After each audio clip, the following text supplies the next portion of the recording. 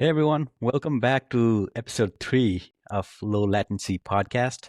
And as always, we have Chandan with us. Hey Chandan, Hi. you're awfully quiet today. This morning, when I woke up, I got 1 hour less sleep because of the daylight savings. It's daylight savings in UK, right? Yeah, Today, yeah, we had that 2 weeks ago. So yeah, I see what you're saying. yeah. Yeah. However, it's Sunday, so hangover Sunday is kind of like okay with this one. Not in the weekdays. Weekdays is kind of bad. At Tomorrow's least gonna I be could rest. brutal.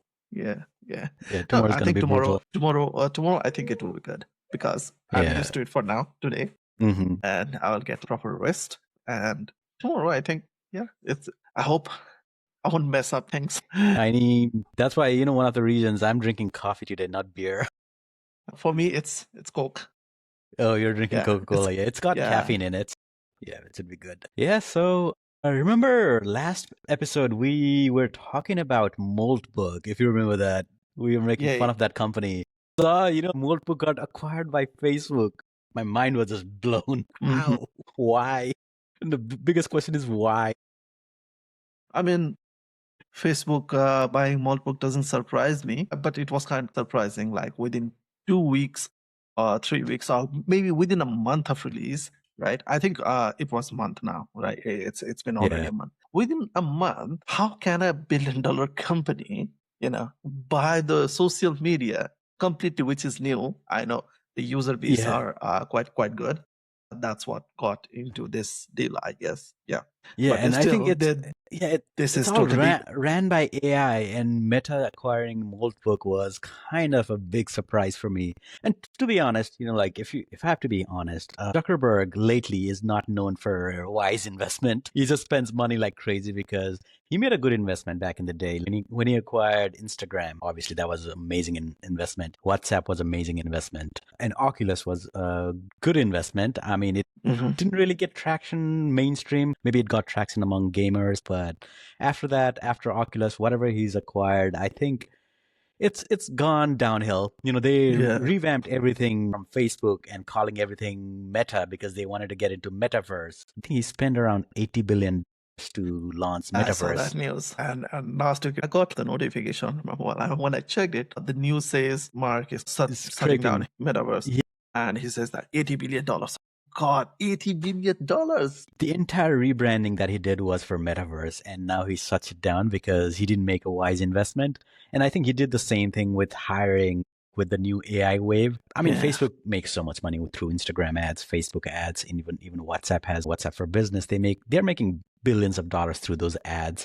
And he's just trying to find new ideas to take Facebook to the new level. And I think he hasn't made a strategic decision. SAM 2 and SAM 3 release was good. It paved a path. But after that, with Metaverse and now Moltbook, I don't know what his plan with Moltbook are. I know they have already started changing the underlying API for Moltbook and making it more robust. We'll see what happens. It's going to be another $1 billion project for him. It doesn't work out and he's going to scrape it, I think. yeah. I have this instinct that maybe Facebook will have a lots of bots now. hmm I'm not so sure with the integration of the Facebook. Sorry, Moltbook. To be honest, Facebook, it already has tons of bots. I've seen Yes. bot posts. And with Moltbook, it's even going to be AI slop all over again, everywhere. Yeah. By the way, Manas, I just realized, somewhere in the news, I saw there is another system called Mold Station. I just realized it. Mold Station, it's interesting. Again, it's the AI agent for gaming. Gaming, interesting. Okay. So Yeah, AI is yeah, playing gaming with each other? maybe.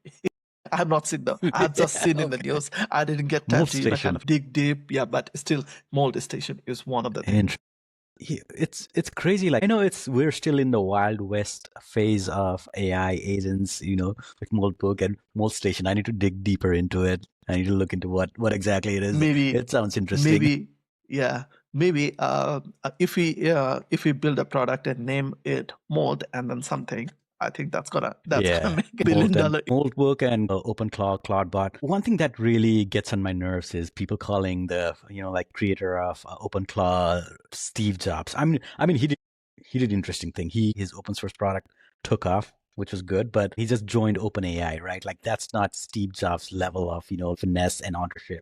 I think it's good. He built it and he kind of became a sellout right away. He couldn't turn it into a billion-dollar company like Steve Jobs. And someone comparing him to Steve Jobs, it got on my nerves. I set up OpenClaw on my Yeah. computer and I built a simple lead generation, lead scraping tool. It just started going crazy. And then I just shut it down. I decided maybe I'll do something else. And I think you were about to say Claude, right? Like Claude just brought their dispatch. Claude just brought this. The dispatch is insane. You keep the computer on, you go Mhm. outside from the mobile, you do anything. Even though, the thing is, I tried to experiment. I was out for the grocery and then my laptop was on with the Claude running on. And while on the supermarket, I just, texted, okay, I need to fix this. Mhm. So I get the folder location and then asked the dispatch, to look into and run some unit tests. Right. And there were that project contained like 750 tests. And while I was back, I got like the notification saying that, okay, these are the tests I run Mhm. autonomously. That was okay. Oh, yeah. This is the level of the of the tech I'll be using like in day-to-day basis, right? Since you told me about Claude Dispatch, I started looking into it. I'm setting up some scheduled task and also dispatch for lead generation. And so far, I've been getting positive results. All the leads it has been gathering, it's positive. So I'm more bullish on Claude than any other technology that's out Yeah, there. I mean, I love Claude. If the CEO of Anthropic sees this, I would say you are compared to the Steve Jobs. He is Exactly. compared to Yeah. the Steve Jobs. I would compare Dario, that's his name, to Steve Jobs. Yes. Yeah, and the thing is, Claude. I mean, the Anthropic does it in a very different. Assume the Perplexity develop its own browser. I mean, what Right. was the point of developing own browser? I cannot install another browser on my machine just to run the Mhm. AI. What Claude did was kind of like just amazing stuff. It developed Mhm. the MCP, Right. a Claude MCP for Chrome, and that's just the JavaScript extension.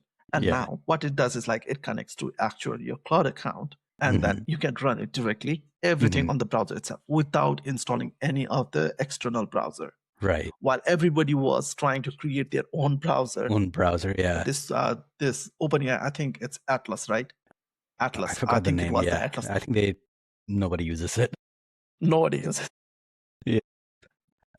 Going back to our Moltbook topic, how everyone is trying to come up with AI, what's it called? Social media for AI agents. And you said Malt Station, gaming station for AI agents. There's a new thing that's kind of interesting to me. The X42 protocol that Coinbase released. I don't know if you've heard about this, but it's a protocol on top of HTTPS, the API protocol, which returns a payment needed or payment, like payment required. It hasn't been used. This protocol hasn't been used in API, like in REST API, but Coinbase built a new protocol on top of it, where if you are an AI agent, or even if you are a human developer or anyone who likes to do microtransaction using cryptocurrency, you can do that. So if an AI agent wants to acquire some data, and then if they want to, make a purchase, they can use their cryptocurrency wallet and use a stable coin to purchase that data from that API endpoint. I think that's going to be a big thing eventually. Everyone is calling this agentic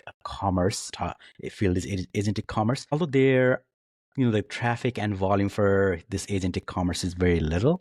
Eventually, I think it'll catch on. I know some of the government, they're talking about building their own stable coin, going on chain. Once that's implemented, this agentic commerce X42 protocol, it's going to get traction. Right now, volume is very small. And I think it's like back in 90s when I don't think that many people were online on the internet, but eventually everyone is online on the internet these days, right? I think we're in that level with this protocol. I don't know if this will be a de facto standard or something new, better will come up, but this is worth looking into, X42 protocol. I don't know how much you've heard about this protocol. No, I have not heard about it lately. The crypto industry, I mean, I have been out of it recently. Mm-hmm. And I mean, I have to catch up, with Right. our product. I have to catch up. I'll definitely look into this one. Yeah. And yeah. If you know like the API that returns 4 to status code for payment required, I think they're just leveraging that, and it's been unused Okay. so far. So I they're mean, just building something I'm a on top of developer. it. Yeah, I'm a developer. I've never used that status code at all. Exactly. When there are a lot of developers, I would say, going. This now topic is like off topic. It's drifting towards the develop, but I want to make sure this thing, goes live and people would listen. Hmm. But I have seen a lot of people who are actually sending error over the Hmm. 200 stats. Yeah. 200. Yeah, I've seen that developer. I mean, okay, if you are a developer and that's not the junior developer, that's a senior level developer. I've seen them doing that level of code, and I literally hear this. Hmm. If you're sending the wrong information over the package, Right. I mean, on your physical package, it's like illegal, isn't it? Like inside Exactly. there is another thing, but on top of that, you add a sticker of something else. HTTP doesn't work that way, right? It Right. should be labeled as it is, like what kind of information is there, right? And Hmm. based on that, you have to put the package information on top of it. You cannot Hmm. return the error 200. Right. You shouldn't return. And a lot of Hive coders these days does this mistake in order to avoid the errors, just to avoid the Right. errors. And it really gets into my nerves. Yeah. The only Yeah, that man. error that I recently see is like 200, Hmm. 400, Hmm. not even the 401. They Hmm. are wrapping up this no authentication error on 200. Wow. And within the JSON payload, they are doing this this thing. Sorry, this zoomed in because Oh, of you've got the interesting camera, right? You just give a signal and it's just zooming in. like this. Yeah. It's fun. It's fun though. Like in 2 months, like Hmm. how C has grown. It's the Hmm. same 2 months how the AI industry has scaled up. Exactly, right. Getting That's back into the and topic, right? and that's the natural intelligence, and here is the AI, AI artificial intelligence, intelligence. exactly. I've been seeing both of them grow like what? Yeah. And I think that's a good segue into the next topic, Chandan, which is what are we currently doing in our product? Like I know you're working on some cool stuff, but if you could talk about, like a few of those, it'd be interesting to Which one? hear. I know. I I know know. you're working on multiple things, but anything that's Yeah. related to the TurboStream, the Airwave, I know which one you want to hide, which one you want to show. I'll let you do it. Okay, I'll go off with a few things. So there Okay. is everything is like a few of the projects have been open source. Airwave, let's not talk about it. We're going to talk Okay. about Yeah. it We'll later keep when it it's for next released. when we launch it. Yeah, it's gonna be the suspense. And Yeah. the thing that I'm working right now, one of the VS Code extension that I built, because this has been running in my mind for quite a long time. Hmm. So back in 2017, Hmm. I had this crazy idea. Project is about grouping the code based on Hmm. the functionality. So it's like a map, Hmm. like a map for your code base, for your huge Hmm. code base. What you have in that code base is a specific comments, right, Hmm. in certain forms, and that is actually identified by the VS Code code extension, and then it lists out in the tree structure form. And the best part is you can do the hierarchical grouping as well. Hmm. If you have the unit test over multiple files, or let's say login authentications over multiple files, there may be the front end, there may be the back Hmm. end, maybe the CSS. You can group them all together.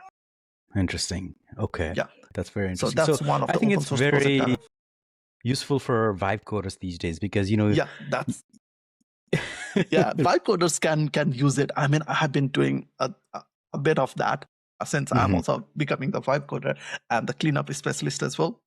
You're an experienced developer. You are like a tech lead for a company, so you know what you're building. Vibe code helps Yeah. you get there, but cleaning up Yeah. your group code Is another thing. Yeah. extension is helping for cleaning up all the mess that vibe code makes. Right? Uh-huh. They organizes them, group them together in a certain way that you can access it and you can run it. Mhm. And I mean, you can see it, you can navigate through multiple files, and then let's say a new developer comes in, right? Right. And you spend 1 week saying that, okay, Mhm. just read the code, just look at the code and find out like what's necessary. So the solution is, once you start using this group code, you will have the proper structure down in your VS Code itself, right? Mm-hmm. And if a developer wants to navigate through the login functionalities, like where are the login function, Mm-hmm. he or she can simply go through that list in the tree view and then look Mm-hmm. after login code. Here is our Right. authentication code. Here is my business logic. Here is my utility functions. Or Mm-hmm. I have to search for that. I have to Right. backtrack it, find the references, go back here and there, right? It's time But consuming, but with yeah, the group code in code, the you group. can do it. Yeah. If you group the codes, you can just search by the categories.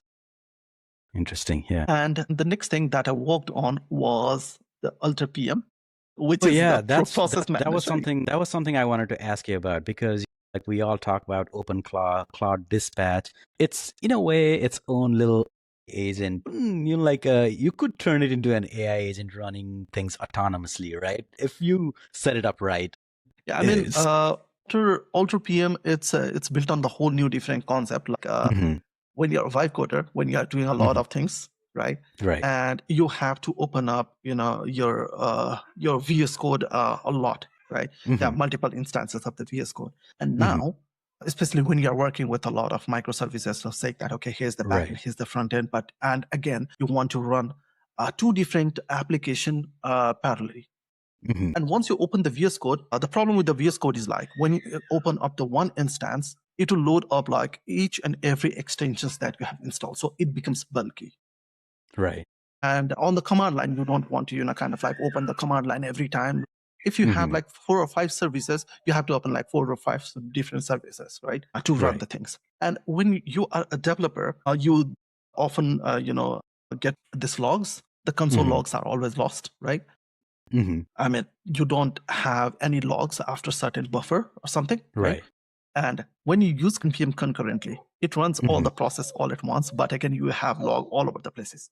So these Right. all are a mess. So Ultra PM is one of the solution where you can simply register the process within your system, right? And define the namespace on top of that. So suppose I'm working on one of the project, is called vulnerable scanner. I came up with this Hmm. idea last 2 days ago. Hmm. And then suddenly I had to register. And also the Okay. airwave. Airwave is Airway. Okay. also registered there. And what Uh-huh. it does is like it has already one of the backend is on the cargo and the front end, and there are two front ends, right? So Hmm. now there are 3 services here. Now each and every time Hmm. I have to go and open up the command prompt or open up the VS Code, run the npm run dev and all sort of things. Hmm. So what I did was it's a simple idea. So there is the list. There Hmm. is the type of the program that you want to run, right? Hmm. And you have like environment variables and all sort of things that is already there. And Hmm. without opening the VS Code and without opening the terminal, you can simply click Hmm. on start all, and then it starts all the process at once. Right. Interesting. And Yeah. the interesting thing is, sometimes you don't know like what the port is. You have to go into the terminal and look into like if some port is used, like 3000 Hmm. port is used, it automatically switches to 3001, but you are Hmm. not aware of that, right? Right. And now on that Ultra PM tool, it has this web dashboard as well. You can get like the Hmm. information of which process is running on which port. Right.